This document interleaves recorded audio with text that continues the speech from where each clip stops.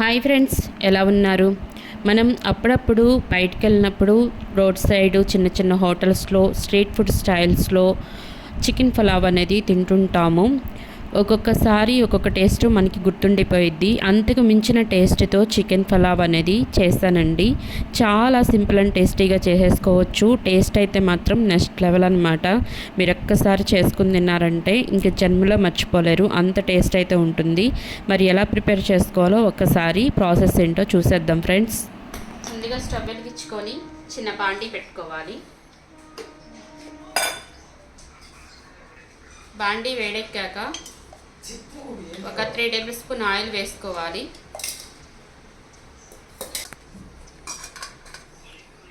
మనం చేసుకుంటున్న chicken పలావ్లోకి 4 star అనాస్ పువ్వు, జాపత్రి, లవంగాలు,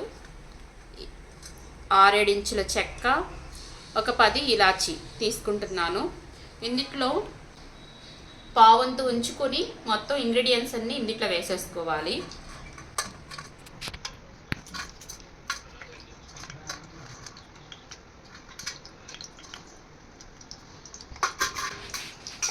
ఇవి కొంచెం ఫ్రై అయిన తర్వాత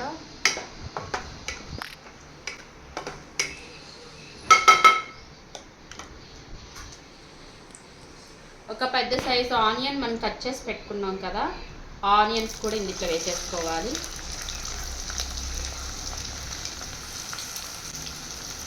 ఒకసారి మిక్స్ అయ్యే విధంగా కలుపుకుందాము.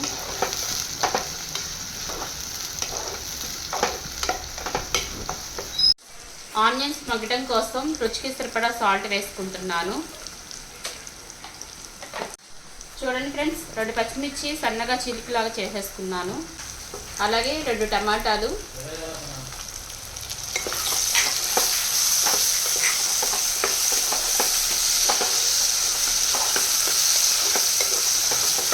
చూడండి ఫ్రెండ్స్, 1 ఇంచి అల్లం ముక్క ఇలా సన్నగా ముక్కలా కట్ చేసి వేసుకుంటున్నాను. అలాగే ఒక పాయి వెల్లుల్లిపాయ వేసేసుకోవాలి.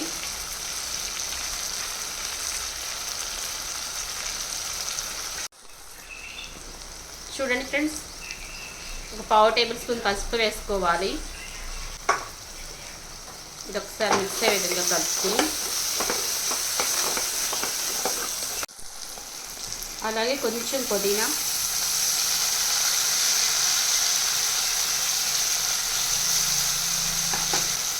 అలాగే కొంచెం కొత్తిమీర,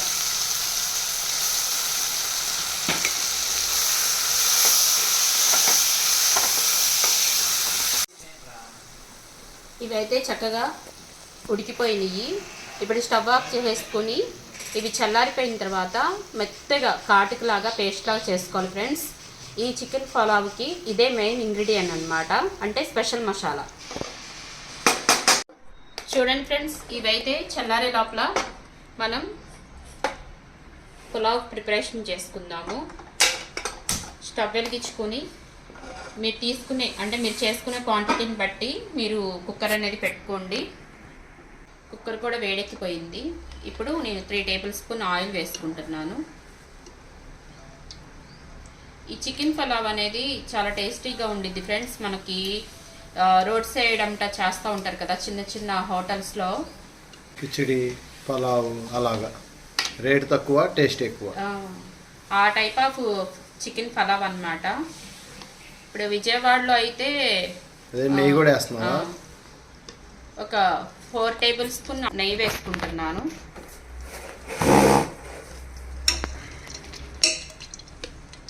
మనకి విజయవాడ చూసుకుంటే గులాబ్ రెస్టారెంట్, ఖలీల్బాయ్ బిర్యానీ ఆ టైప్ ఆఫ్లో ఉండిద్ది అనమాట. ఈ చికెన్ పలావ్ అనేది చాలా టేస్టీగా ఉండిద్ది ఫ్రెండ్స్. మీరు కూడా మీ ఇంట్లో ఒకసారి ట్రై చేయండి. ఇప్పుడైతే మనం ఉంచేసుకున్నాం కదా స్టార్ అనాస్ పువ్వు, అలాగే 4 ఇలాచి, చెక్క, జాపత్రి, 4-5 లవంగాలు, రాగి పువ్వు, 1 టేబుల్ స్పూన్ షాజీరా, కొంచెం కస్తూరి మేతి రఫ్ చేసుకుని వేసుకోవాలి.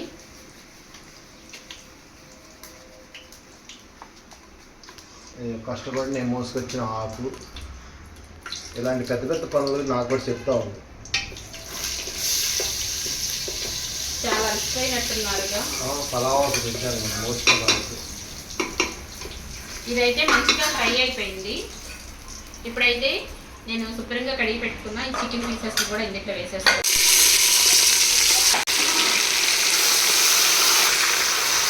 చికెన్ మొత్తం ఒకసారి కలుపుకోవాలి. ఇలా మొత్తం కలుపుకొని ఒక 10 నిమిషాలు ఇలా వదిలేసేయాలి. అప్పుడు ఈ చికెన్లో ఉన్న వాటర్ అంతా బయటకు వచ్చి ఈ చికెన్ అనేది బాయిల్ అవ్వడం స్టార్ట్ అవ్వింది.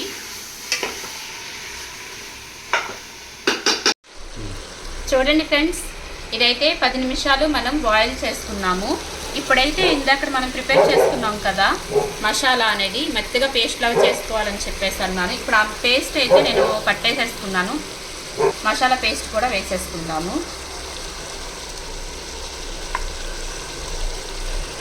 చికెన్ పలావ్కి మసాలా అనేది మంచి టేస్ట్గా మంచి స్పైసీ దనం ఇచ్చింది. ఇది మొత్తం ఒక్కసారి కలిపేసుకుని ఒక్క 5 మినిట్స్ ఈ మసాలాలో ముక్కలన్నీ ఉడకపెట్టుకోవాలి.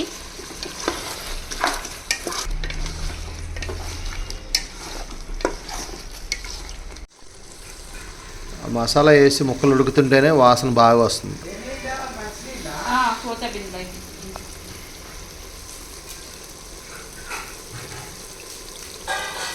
చూడండి ఫ్రెండ్స్, ఇప్పుడైతే కొంచెం పుదీనా వేసుకుందాం. అలాగే కొంచెం కొత్తిమీర కూడా వేసుకుందాం. మసాలా వేయంగానే కిచెన్ అంతా గుమ్గుమలాడిపోతుంది కదా, వాసన వస్తుంది. స్మైల్ కాదు స్మైల్ చేస్తుంది. చూడండి ఫ్రెండ్స్, ఇప్పుడైతే నేను 1.5 టేబుల్ స్పూన్ కారం వేసుకుంటున్నాను. ఆల్రెడీ మనం పచ్చిమిర్చి వేసాం కాబట్టి మీరు తినే కారాన్ని బట్టి కారం అనేది వేసుకోండి. మొత్తం ఒకసారి మిక్స్ అయ్యే విధంగా కలుపుకోవాలి.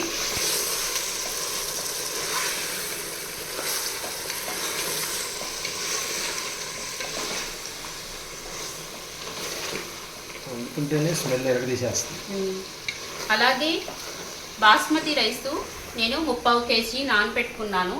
ఒకసారి కడిగేసేసి ఒక మంచి వాటర్ పోసుకొని నేను నానబెట్టేసేసుకున్నాను. మనం ఈ రైస్ వేసేసుకొని ఈ వాటర్ అనేది వేస్ట్గా పడేయకోకుండా ఈ వాటర్తోనే వేసేసుకుందాం. ఎందుకంటే బాస్మతి రైస్కి ఒక మంచి స్మెల్ అయితే ఉండిద్ది. ఈ వాటర్ అనేది మనం వేస్ట్గా పడేస్తామంటే ఆ స్మెల్ మిస్ అయిపోతాం. అందుకని చెప్పేసి ఈ వాటర్నే మనం ఎసరు కింద కొలిచేసుకొని వేసుకుందాం. గ్లాస్ బియ్యానికి నేను గ్లాసున్నర వాటర్ అనేది వేసుకుంటాను.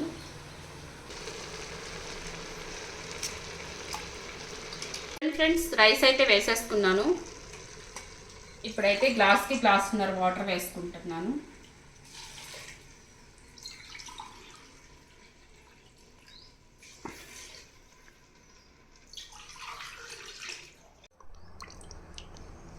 చూడండి ఫ్రెండ్స్, నేను గ్లాస్కి గ్లాసున్నర వాటర్ వేసేసుకున్నాను. ఇప్పుడైతే కనుక ఈ వాటర్ కొంచెం ఒక ఉడుకు పట్టిన తర్వాత మనం కుక్కర్ విజిల్ పెట్టేసుకుందాం. ఇప్పుడైతే మనం ఉప్పు అలాగే కారం సరిపోయిందో లేదో ఒకసారి చూసుకుని, చాలకపోతే ఈ పాయింట్లో అడ్జస్ట్ చేసేసుకోవచ్చు. సరిపోయిందా ఉప్పు?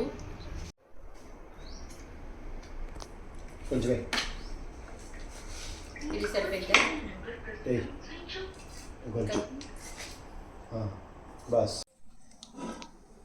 ఒకసారి మూత తీసి చూసుకుందాము.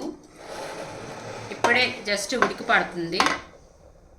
ఈ పాయింట్లో ఒకసారి మొత్తం కలిపేసుకొని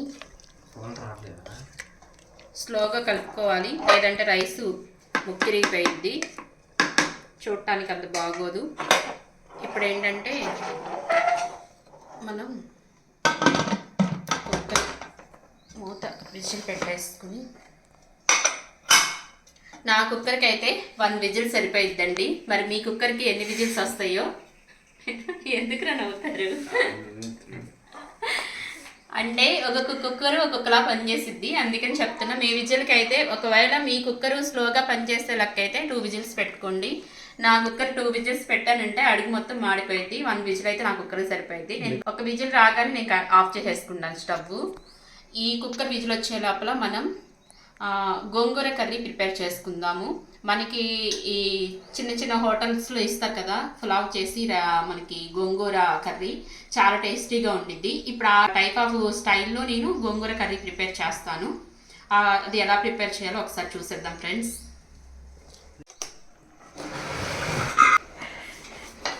ఇండియా స్టవ్ వెలిగించుకుని బాండీ పెట్టుకోవాలి. 2 టేబుల్ స్పూన్ ఆయిల్ వేసుకుంటున్నాను. కొంచెం జీలకర్ర, ఒక 3 పచ్చిమిర్చి ఇలా సన్నగా చీల్చుకొని ముక్కలా చేసుకోవాలి. మీరు తీసుకునే క్వాంటిటీని బట్టి మీరు వేసుకోండి. నేను కొంచెమే చేస్తున్నాను కాబట్టి కొన్ని పచ్చిమిర్చి వేసుకుంటున్నాను. ఇది శుభ్రంగా కడిగి పెట్టుకున్న గోంగూర కూడా వేసుకోవాలి.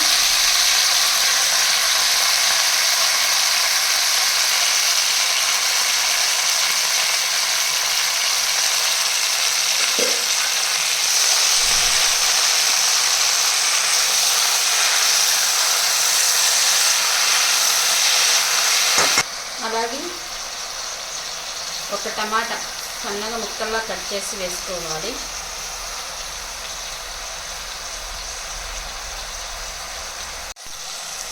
అలాగే రుచికి సరిపడా సాల్ట్ వేసుకోవాలి. నేను కొంచెం కల్లుప్పు వేసుకుంటున్నాను. కొంచెం పసుపు,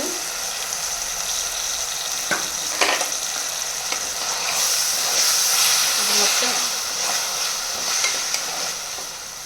ఒకసారి బాగా కలుపుకొని. గోంగూర కర్రీకా? గోంగూర కర్రీ చాలా టేస్టీగా ఉండిద్ది.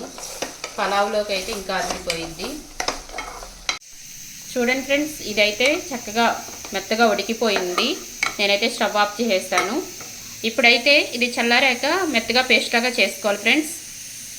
చూడండి ఫ్రెండ్స్, కుక్కర్ అయితే విజిల్ వచ్చేసేసింది. ఇప్పుడు నేను స్టవ్ ఆఫ్ చేసేసుకుంటున్నాను. ఇది ప్రెషర్ పోయిన తర్వాత ఓపెన్ చేసి చూద్దాం. చూడండి ఫ్రెండ్స్, స్టవ్ వెలిగించుకుని చిన్న కళాయి పెట్టుకోవాలి తాలింపు ప్రిపేర్ చేసుకోవటానికి. నేనైతే గోంగూర పేస్ట్ చేసేసుకున్నాను. ఈ పేస్ట్ చేసుకునేటప్పుడు 4 వెల్లుల్లిపాయలు కూడా వేసుకుని పేస్ట్ చేసుకున్నాను. ఆ క్లిప్పింగ్ ఎక్కడ మిస్ అయింది ఫ్రెండ్స్. ఇప్పుడైతే కళాయి వేడెక్కిపోయింది. 1 టేబుల్ స్పూన్ ఆయిల్ వేసుకుంటున్నాను. ఆయిల్ కొంచెం వేడెక్కాక 1 టేబుల్ స్పూన్ నెయ్యి వేసుకోవాలి ఫ్రెండ్స్. కొంచెం ఆవాలు, కొంచెం జీలకర్ర, 4-5 ఎండుమిర్చి,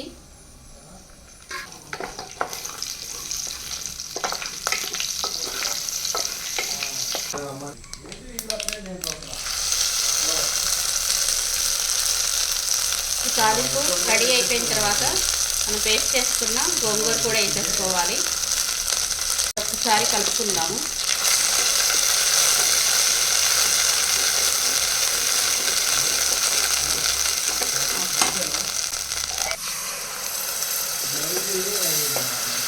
హాఫ్ టేబుల్ స్పూన్ ధనియాల పొడి, 1/2 టేబుల్ స్పూన్ జీలకర్ర పొడి, 1 టేబుల్ స్పూన్ గరం మసాలా,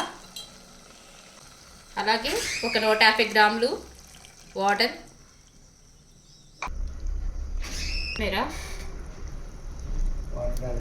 ఈ వాటర్ కొంచెం ఎగిరి కూర దగ్గరికి అయిన తర్వాత స్టవ్ ఆఫ్ చేసేసుకోవడం. ఒకసారి సాల్ట్ సరిపోయిందో లేదో చూసుకుందాం.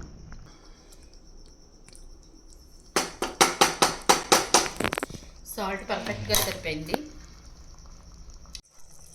చూడండి ఫ్రెండ్స్,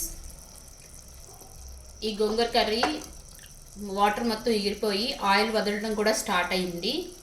ఇప్పుడైతే ఒకసారి కలిపేసుకుని స్టవ్ ఆఫ్ చేసేసుకుందాం. ప్రెషర్ అయితే పోయింది. కుక్కర్ మూత ఓపెన్ చేసి చూస్తే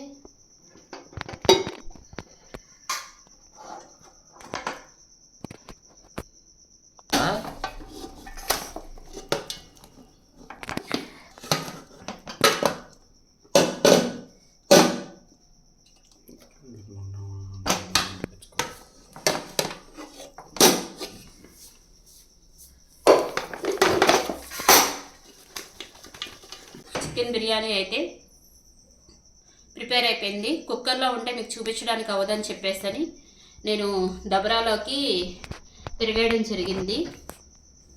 ఇప్పుడైతే టేస్ట్ చేసి చెప్తాను.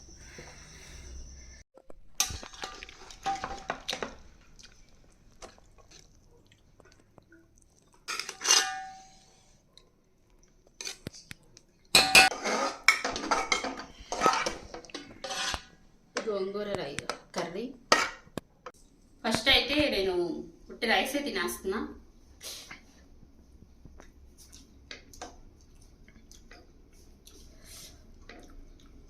సూపర్గా ఉంది కానీ కాలుతుంది. ఇప్పుడైతే కర్రీతో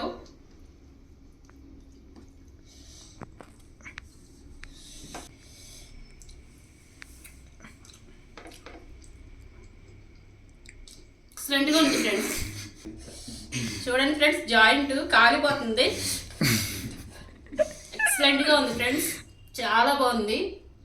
మనకి టేస్ట్ ఎంత మనీ పే చేసినా కూడా దొరకదు, అంత టేస్ట్గా ఉంది.